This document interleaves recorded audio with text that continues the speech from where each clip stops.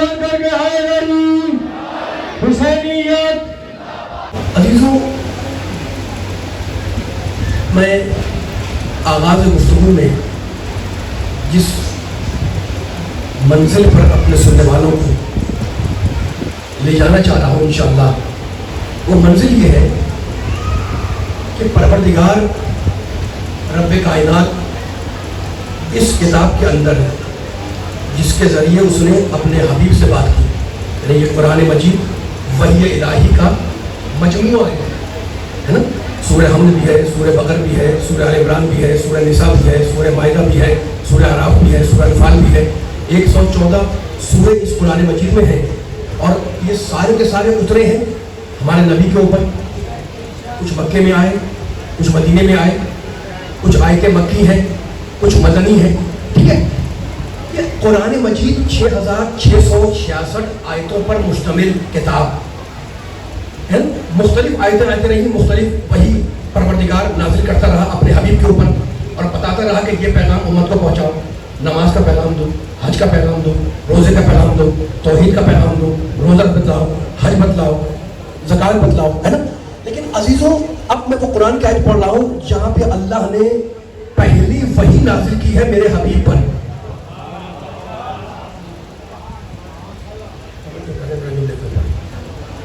تھکنا نہیں، اتنا دیر تک کے بیٹھے ہوئے ذرا مل کے ہول مال کر کے ساتھ ساتھ چلتے رہا کریں تاکہ پڑھنے کا سننے کا لطف رہے، ہے نا۔ پڑھنا تو جو ہے لطف ختم ہو جائے گا تو مزہ نہیں آئے گا۔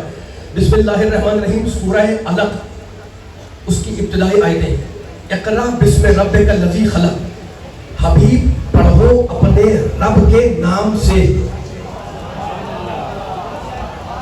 اقرا بسم ربک الذی خلق، پڑھو اپنے رب کے نام سے جس نے خلق کیا۔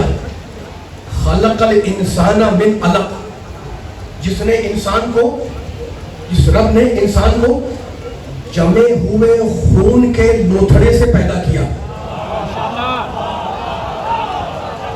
اور پہنچے سننے والوں تک، خلق الانسان، آپ میرا ساتھ دیتے رہیں گے تو مزہ آئے گا اگر میرے ساتھ ساتھ دیتے رہیں گے۔ خلق الانسان من علق، جس نے، اس رب نے انسان کو جمے ہوئے خون کے لوتھڑے سے پیدا کیا۔ اقرا، پھر کہتا ہے پڑھو، وَرَبُّكَ الْأَكْرَمُ، تمہارا رب کریم نہیں اکرم ہے۔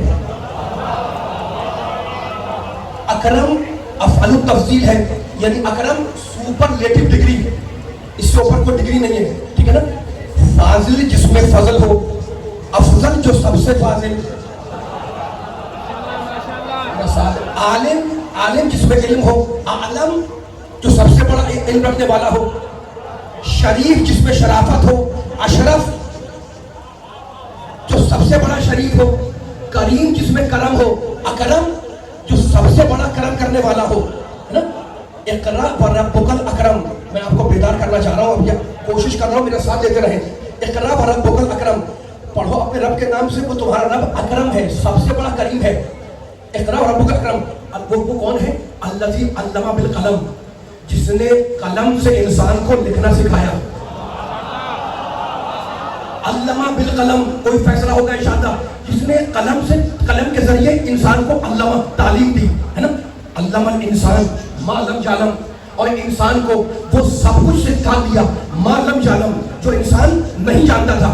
کلا، ہرگز نہیں، ان الانسان، اللہ کہہ رہا ہے، ان الانسان لا یطغی، یہ انسان سرکشی کرتا ہے، بغاوت کرتا ہے، طغیان کرتا ہے، حد سے بڑھ جاتا ہے نا۔ کب یہ سرکشی پہ آمادہ ہوتا ہے؟ کب یہ آمادہ ہوتا ہے سرکشی پہ؟ اللہ کہہ رہا ہے ان الانسان لا یطغی، یہ انسان کیسا ہے؟ سرکشی کرتا ہے۔ مالک اس انسان سرکشی کب کرتا ہے؟ ان رآہ استغنی، جب اپنے کو بے نیاز سمجھتا ہے تو سرکشی کرتا ہے۔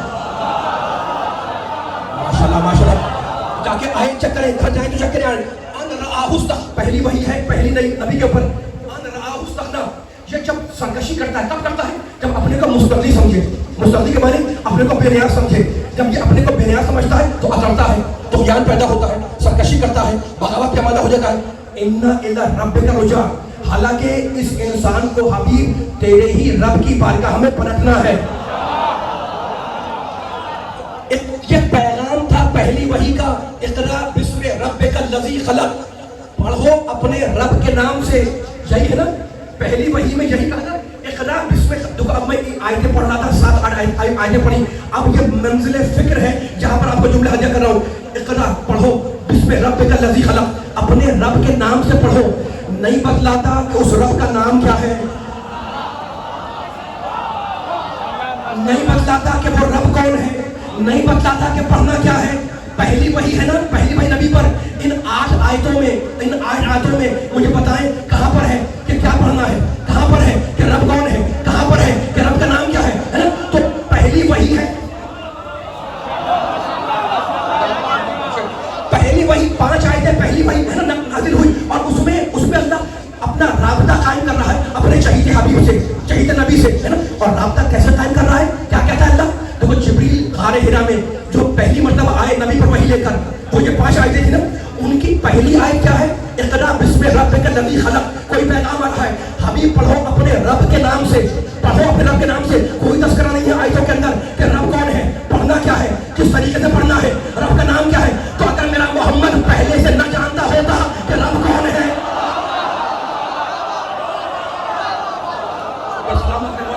مولا بات بولو علی والے میرے ساتھ, اگر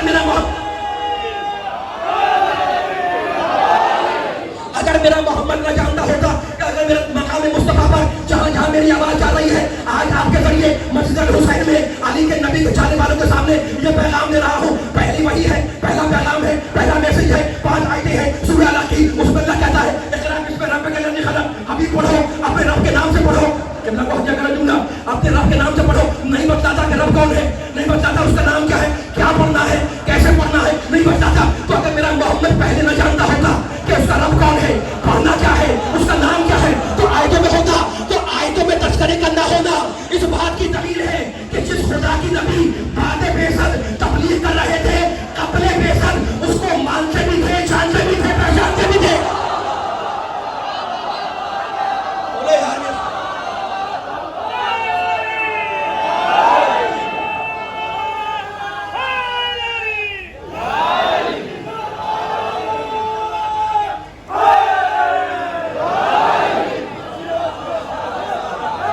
اتنی ہی بلند صلوات محمد والے محمد پر.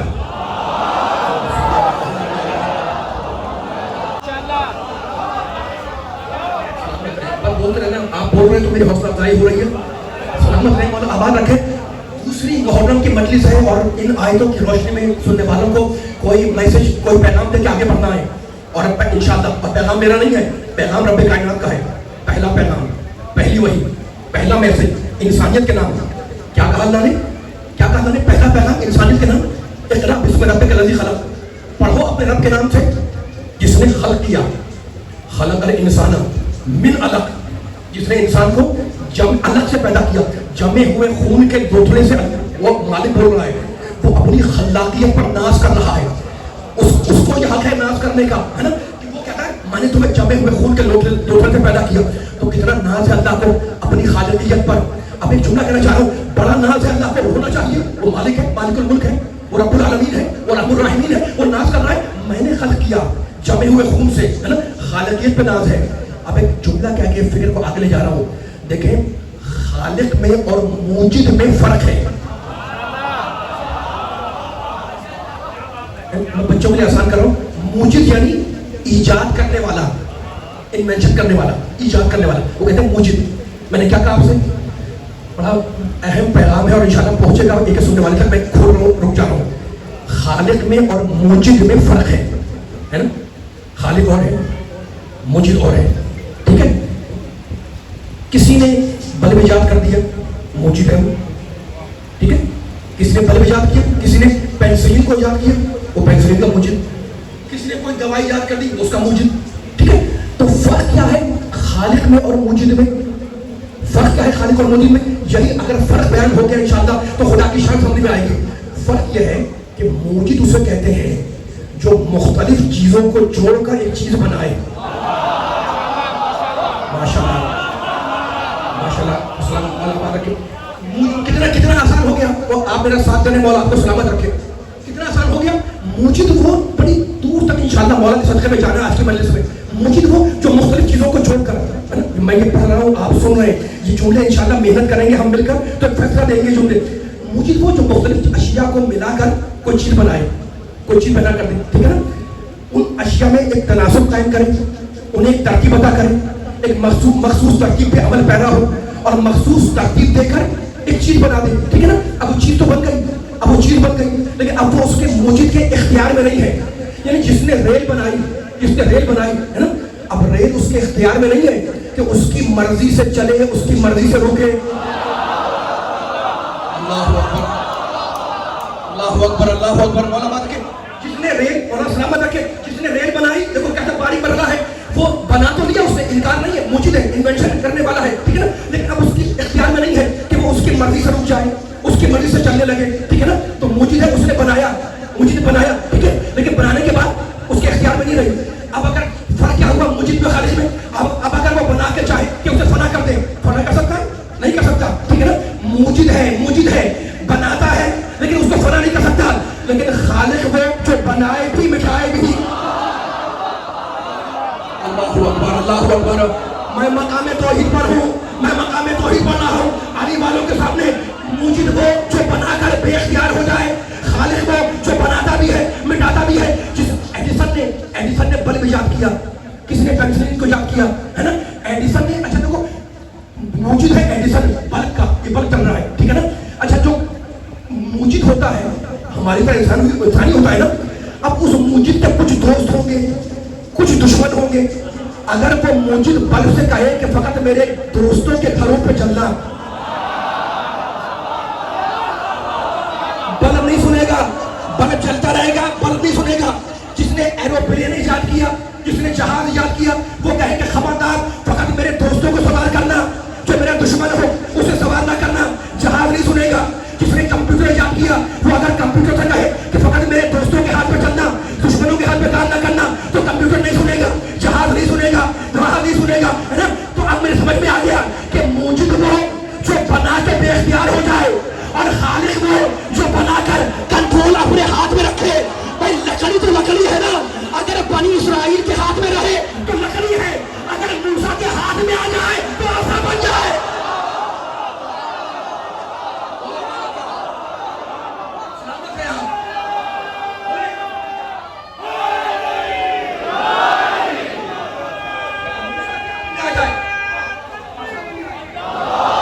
مل کے سارے لکڑی کا کمال دیں گے.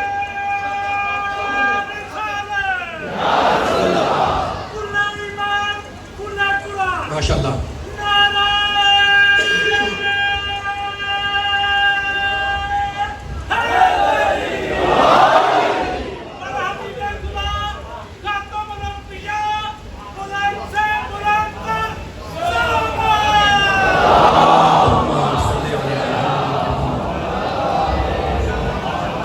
بلند سے بلند تک سروات کا مطلب کیا ہے وہ آپ خود جانتے ہیں.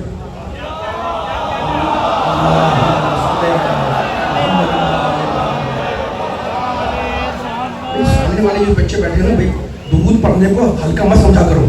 جتنی دیر فرش اللہ پہ بیٹھے ہو, یہ درود بہت بڑی نعمت ہے, بہت بڑی فضیلت ہے, ٹھیک ہے نا. تو مل کے ساتھ چلا کرو, نعرے لگا کریں تو مل کے جواب دینا ہے, ٹھیک ہے. 5 گھنٹے کی تقریر تو نہیں کروں گا میں, 50 منٹ میں ختم کر دینی ہے انشاءاللہ, اور آپ کی زحمتوں کو تمام کرنا ہے. تو اب بیان کو پھر لے جا رہا ہوں میں ایک منظر کی طرح, ہے نا. خالق انسان میں ادا, اس نے اپنی خالقیت پہ ناز کیا, میں خالق ہوں, جمے ہوئے خون سے پیدا کرتا ہوں, ٹھیک ہے نا.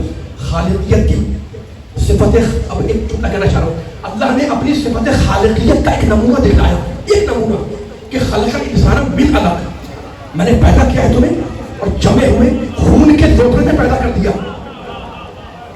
جملہ کہنا چاہ رہا ہوں, اس نے اپنی صفت خالقیت کا ایک نمونہ, چھوٹا سا نمونہ دکھایا, لامحدود ہے اس کی ذات, ہے نا. ایک نمونہ دکھایا کہ تمہیں جمے ہوئے خون کے لوتھڑے سے پیدا کر دیا, پوری انسانیت کو, ٹھیک ہے. اچھا پیدا کر دیا, اب میں چاہوں گا سننے والوں کی خدمت میں کہ جملہ کروں, کس نے پیدا کیا؟ رب نے. رب کا لفظ ہے نا, اقرا بسم ربک الذی خلق, پڑھو اپنے رب کے نام سے, ہے نا. رب نے خلق کیا. یہی تو پیغام تھا میرے دوستوں, میرے بزرگوں, کہ اس جملے کی توجہ کرنا. یہ بڑا قیمتی لفظ ہے, لفظ رب. یہ لفظ رب بڑا قیمتی لفظ ہے نا. اور قرآن مجید کا یہ دستور ہے کہ قرآن جب کسی لفظ کو اٹھا کر استعمال کرتا ہے تو اس لفظ کو پوری قوت اور پوری قیمت کے ساتھ استعمال کرتا ہے. یہ جو نوجوان جملہ پہنچا, قرآن جب کوئی لفظ, میں آپ ہو ہماری بات اور ہے, قرآن جب کوئی لفظ اٹھائے ہے نا اور اس کو استعمال کرے تو پوری قیمت دے گا, پوری قیمت کے ساتھ, پوری قوت کے ساتھ, پوری طاقت کے ساتھ, پوری فوج کے ساتھ اس لفظ استعمال کرے گا. تو قرآن نے کیا لفظ استعمال کیا؟ اقرا بسم ربک, اس میں اقرا بسم ربک, رب کا استعمال کیا. ٹھیک ہے نا. اب میں چاہوں گا کہ میرے سننے والوں کو جملہ کروں. دیکھو انجیل مقدس ہے نا, انجیل حضرت عیسیٰ بھی آئے, ذرا اس کو اٹھائیں اور اٹھا کے فقط دیکھنا نہیں ہے, اس کو کھولنا ہے, اور کھولنے کے بعد اس میں تلاش کرنا ہے کہ انجیل نے اللہ کے لیے کیا لفظ رکھا.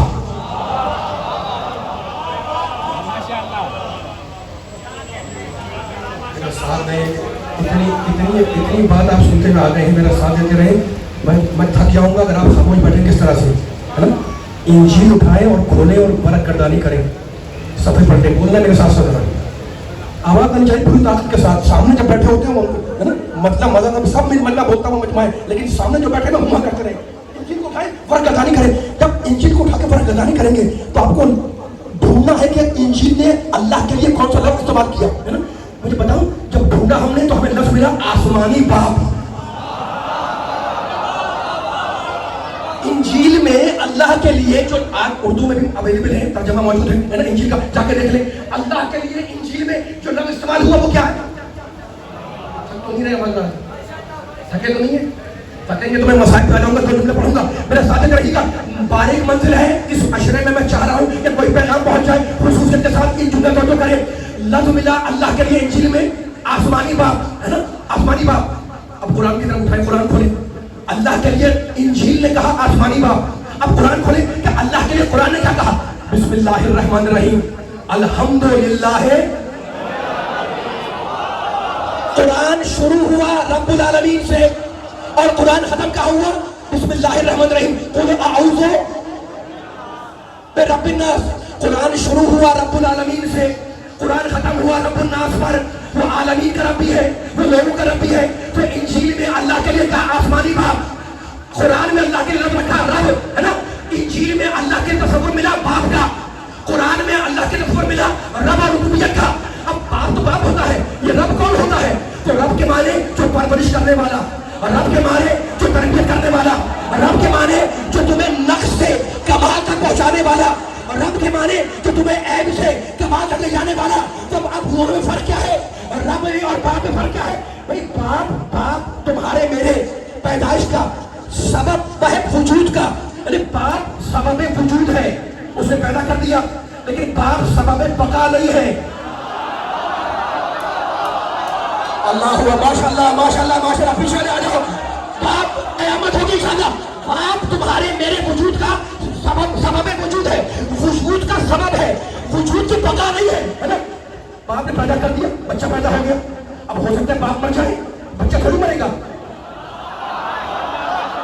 تو باپ سبب وجود ہے. تو میں پھر کہہ رہا ہوں جو میں ظاہر کرتا, باپ سبب وجود ہوتا ہے, سبب بقا نہیں ہوتا.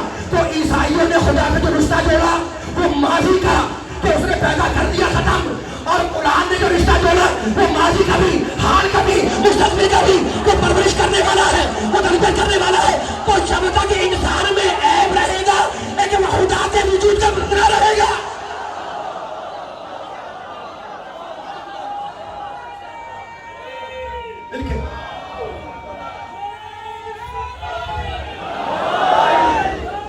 ماشاء اللہ.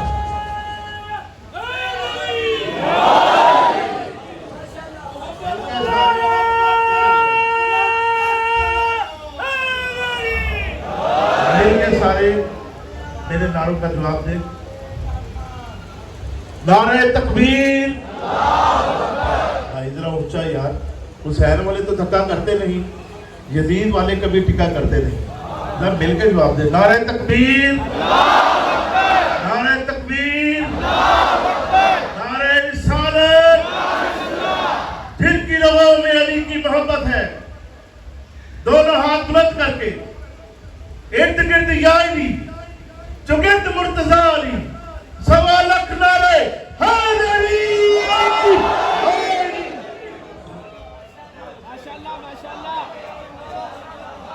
سلامت رہے. پہنچ گئی بات, تھکے تو نہیں, ہے نا.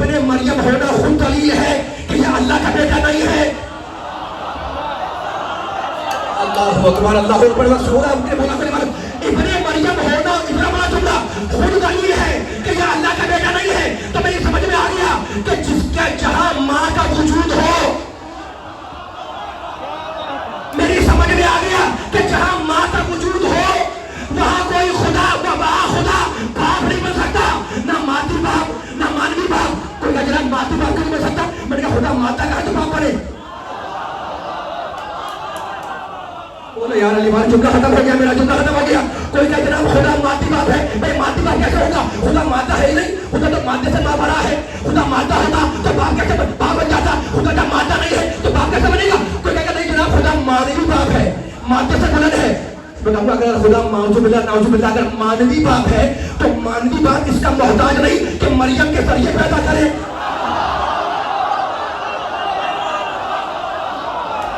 بھائی وہ تو مانوی ہے نا, وہ چاہے تو اپنی قدرت سے خطر کا حل کر دے. تو اللہ نے ابن مریم کہہ کے دلیل دے دی کہ یہ میرا بیٹا نہیں ہے.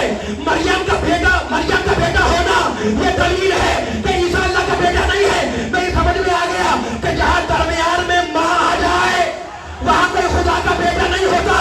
تو مجھے بتاؤ جہاں تنہا ماں درمیان میں آئے جب وہ اللہ کا بیٹا نہیں ہوتا تو جس علی کا ابو طالب جیسا باپ بنت ابن جیسی ماں ہو وہ خدا کیسے ہو جائے گا؟ بولے بھائی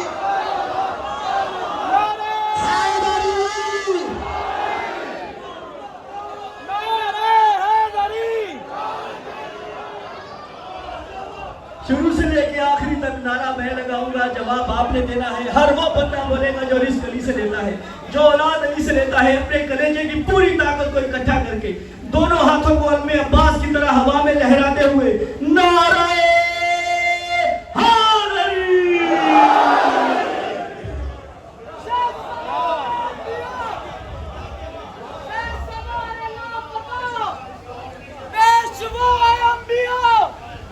خیر المؤمنین امام المتقین اول العابدین الغد الزاہدین عین اللہ وجہ اللہ ید اللہ سیف اللہ علی شان ولی اللہ. ماشاءاللہ آگے والے یا علی پیچھے والے گلی والے علی والے سب مل کر نعرہ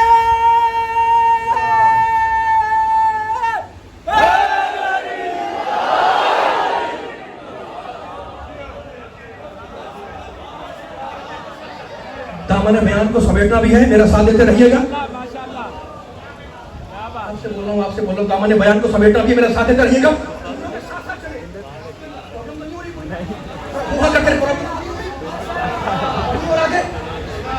مجھے آگے جانا ہے بھائی بچے تک مجھے آگے جانا ہے اور آپ کو لے کے آگے جانا ہے, ٹھیک ہے نا. تو مریم الا رسول, عیسیٰ کچھ نہیں ہے اللہ کے رسول ہے. جب اللہ نے عیسیٰ کی رسالت کا اعلان کیا تو ساتھ مریم کا ذکر کیا. توجہ جلدی سے آگے بڑھ رہا ہوں. جب اللہ نے عیسیٰ کی رسالت کا اعلان کیا تو تنہا نہیں کیا, مریم کو شریک کیا, مریم کو ساتھ میں رکھا, مریم کا ذکر کیا, ٹھیک ہے نا. ہمیں سمجھ میں آ گیا کیا سمجھ میں آ گیا کہ اگر نعوذ باللہ مریم میں کوئی ذرا سا بھی عیب ہوتا تو اللہ مقام فضیلت میں مریم کا نام نہ لیتا. میں مثال دے رہا ہوں آپ کے سامنے. میرے نبی سے بڑھ کے کوئی فضیلت والا ہے؟ میرے نبی سے بڑھ کے کوئی کمال والا ہے؟ بولو یار خاموش بیٹھے میں بولا کہ پیچھے والے بولو سب بولا کریں. میرے نبی سے بڑھ کے کوئی فضیلت والا نہیں ہے, میرے محمد سے بڑھ کے کوئی کائنات میں کوئی فضائل والا نہیں ہے نا. لیکن نعوذ باللہ جملہ کہہ رہا ہوں میں, اگر کوئی محمد کے میرے نبی کی توہین کرنا چاہے تو یہ کہہ سکتا ہے نا کہ جناب یہ ان کو پہچانتے ہیں آپ, یہ ابو لہب کے بھتیجے ہیں. کسی جو ابو لہب چچا ہے تو بھتیجے ہوئے نا, لیکن کسی میں اتنی ہمت مجال نہیں کہ وہ یہ تو گستاخی کرے کہ یہ کہہ کے میرے محمد کا نام کرائے کہ یہ ابو لہب کے بھتیجے ہیں. کیوں نہیں کہہ سکتا؟ اس لیے اس جملے میں توحید کا پہلو ہے. اب جو نہیں بولا میرے ساتھ آ جائے. میں نے کہا کہو ابو لہب کا بھتیجا کہا نہیں ہے بھتیجے, لیکن چونکہ جملے میں توحید کا پہلو ہے, اس میں توحید کا پہلو سے تعارف نہیں ہوتا. تو میری سمجھ میں آ گیا کہ جس کے کردار میں عیب ہو اس کا نام تعریف میں نہیں آتا. ہاں جو میں کہوں پروردگار تو عالم الغیب ہے, تجھے تو معلوم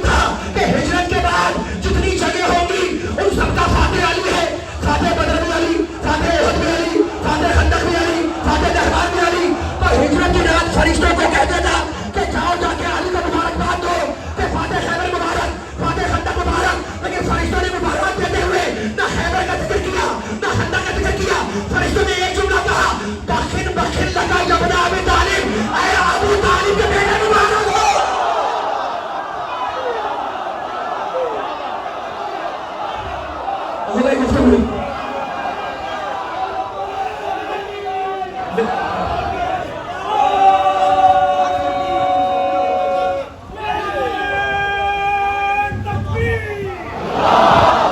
ایک رکھیے ذرا واپس رکھیے گا بس تھک رہا ہوں ذرا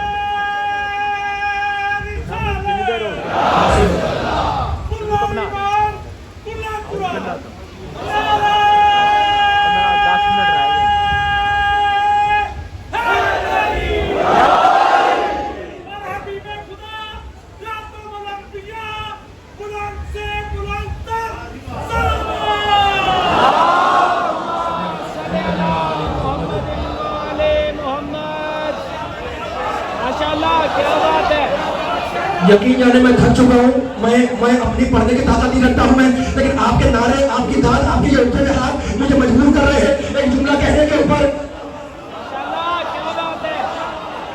یہاں والے مجھے لگتا ہے خاموش بیٹھے ہوتے ہیں پوری طاقت لگائے کر لو جوان بیٹھے رہو میرے ساتھ دیتے رہو ٹھیک ہے نا فیصلہ ہو گیا کہ ہجرت کی رات اللہ نے عالم الغیب ہے کہتے تھا کہ جاؤ جا کے مبارک بات دو کہ اے فاتح خیبر مبارک اے فاتح خندق مبارک دامن رسول مبارک جانش رسول مبارک محافظ رسول مبارک یہ نہیں کہا راکن باکن یمنا ابی طالب اے ابو طالب کے بیٹے تجھے مبارک ہو من مسلم کا تیرے جیسا کوئی نہیں اللہ نے عظمت عیسیٰ میں مریم کو ساتھ رکھا اللہ نے عظمت عیسیٰ میں مریم کو ساتھ رکھا عظمت علی میں ابو طالب کو ساتھ رکھا یہ دونوں اعلان خدا کے ہیں عظمت عیسیٰ کا اعلان خدا کا عظمت علی کا اعلان خدا کا عظمت عیسیٰ میں مریم کا حوالہ عظمت علی میں ابو طالب کا حوالہ دونوں میں فرق کیا ہے فرق یہ ہے کہ جب عیسیٰ کا اعلان کیا تو کہنے لگا قد خلت من قبل الرسول عیسیٰ رسول ہے لیکن ان کے جیسے بہت سے گزر گئے ان کے جیسے بہت سے گزر گئے تو مریم کا نام لیا اس عیسیٰ کے ساتھ جس کے جیسے تھے اور علی کا نام لیا ابو طالب کا نام لیا اس علی کے ساتھ جس کے جیسے کوئی نہیں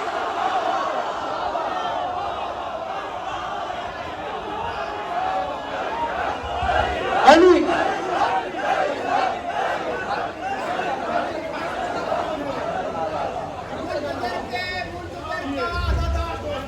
مائک سمجھنا عیسیٰ بھی کرتا ہے جس کا انتظار دوستو آئے گا محمد جب وہ آخری محمد پھر دیکھنا بلیک کی بہار دوستو بلا بلا شہیدان کلندر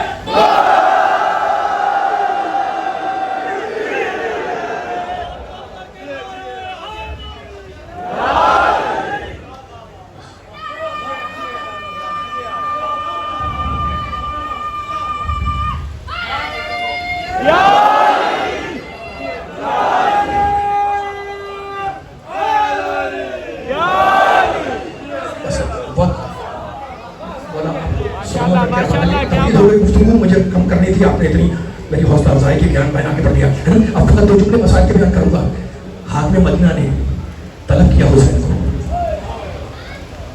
یزید کا خط سامنے رکھا میری معلوم نے خط پڑھا خط پڑھ کر بے اختیار حسین کی زبان سے نکلا انا للہ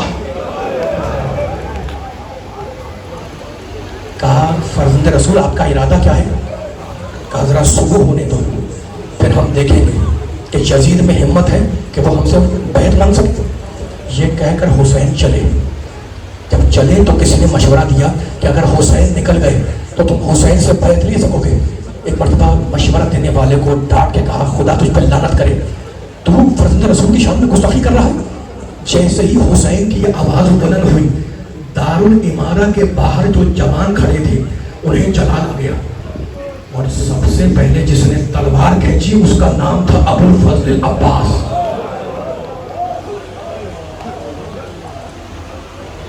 تھوڑے جملے سنو کہا بھیا عباس تلوار کو نیام میں رکھو یہ کہہ کر اپنے دونوں ہاتھ اپنے اس بھائی کے دونوں کاندھے پر رکھے اور کہا بھیا اب مدینہ رہنے کے قابل نہیں رہا سامان سفر کی تیاری کرو کل دیکھو یہ سوچ کرو کہ ہم ان دنوں کی یاد بنانے کے لیے پیدا ہوئے روزی محرم بھی ختم ہو گئی ہے. کہا بھائی عباس کل دن میں ہم مدینہ چھوڑ دیں گے. عباس سامان سفر کی تیاری میں مشغول ہوئے. حسین گھر میں آئے, رسول کا امامہ اپنے سر پہ رکھا, رسول کی عبا اپنے کندھے پہ ڈالی, رسول کے نالین مبارک پہنے, رسول کی تلوار کمر میں حمایل کی.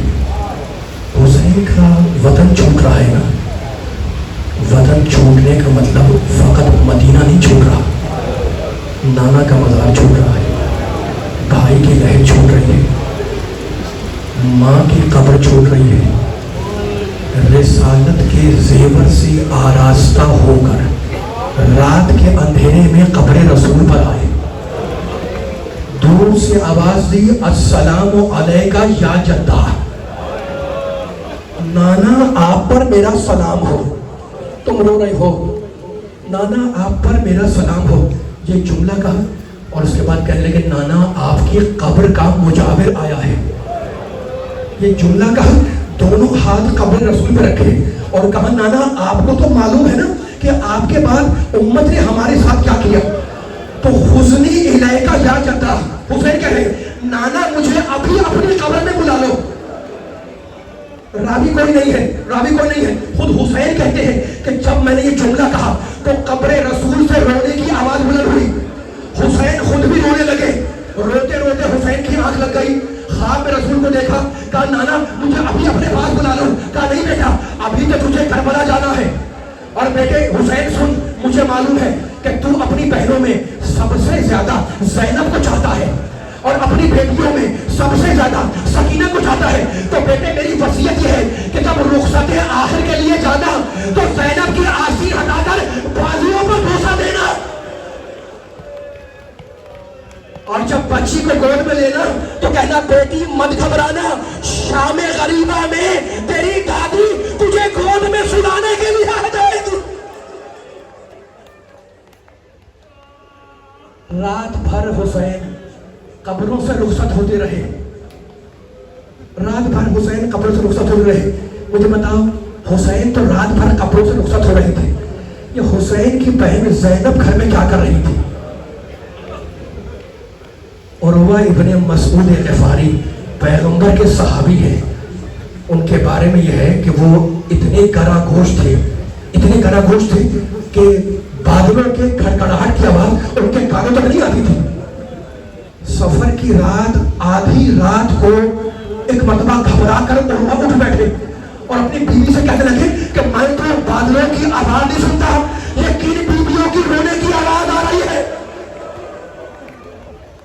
کہا ارے یہ محمد کی نواسیاں رو رہی ہے, یہ فاطمہ زہرا کی بیٹیاں رو رہی ہے. رات بھر حسین رخصت ہوتے رہے. صبح ہوئی, دن نکلا. مضافات مدینہ کا ایک رہنے والا 28 رجب کو مدینے آیا. اس کے دل میں یہ خواہش پیدا ہوئی کہ نواز رسول کے جانے کی شان دیکھے. کہتا ہے کہ میں پتہ پوچھتا ہوا محلہ بنی ہاشم میں آیا. میں ایک گلی کے کوچے پر, گلی کے سرے پر کھڑا ہو گیا. کہتا ہے کہ میں بہت دیر تک کھڑا رہا. اتنے میں ایک گھر کا دروازہ کھلا, اس سے ایک لمبے قد کا جوان نکلا جس کے ہاتھ میں کرسی تھی. اس نے کرسی باہر رکھی اور رکھ کے اندر چلا گیا. اور اب نبی کا نواسا نکلا جسے میں نے پہچان لیا. حسین کرسی پہ آ کے بیٹھے. کہتا ہے جیسے ہی حسین کرسی پہ بیٹھے اس گھر سے 2 نوجوان نکلے جن کے چہرے چاند کی طرح چمک رہے تھے. وہ حسین کی کرسی کے پیچھے جا کے کھڑے ہو گئے. میں نے کسی گزرنے والے سے پوچھا کہ وہ جو ذرا پیچھے بڑا کھڑا ہے وہ کون ہے؟ کہا نہیں پہچانتا, وہ حسین کا بیٹا اکبر ہے. کہا اچھا وہ جو اس کے پہلو میں پیچھے کھڑا ہے وہ کون ہے؟ کہا اسے نہیں پہچانتا, وہ حسن کا لال قاسم ہے. کہا تم نے اتنا بتلا دیا, اب اتنا اور بتلا کہ یہ طویل قامت کا جوان کون ہے؟ کہا ارے اسے نہیں پہچانتا, یہ حسین کا چھوٹا بھائی ابو الفضل عباس ہے.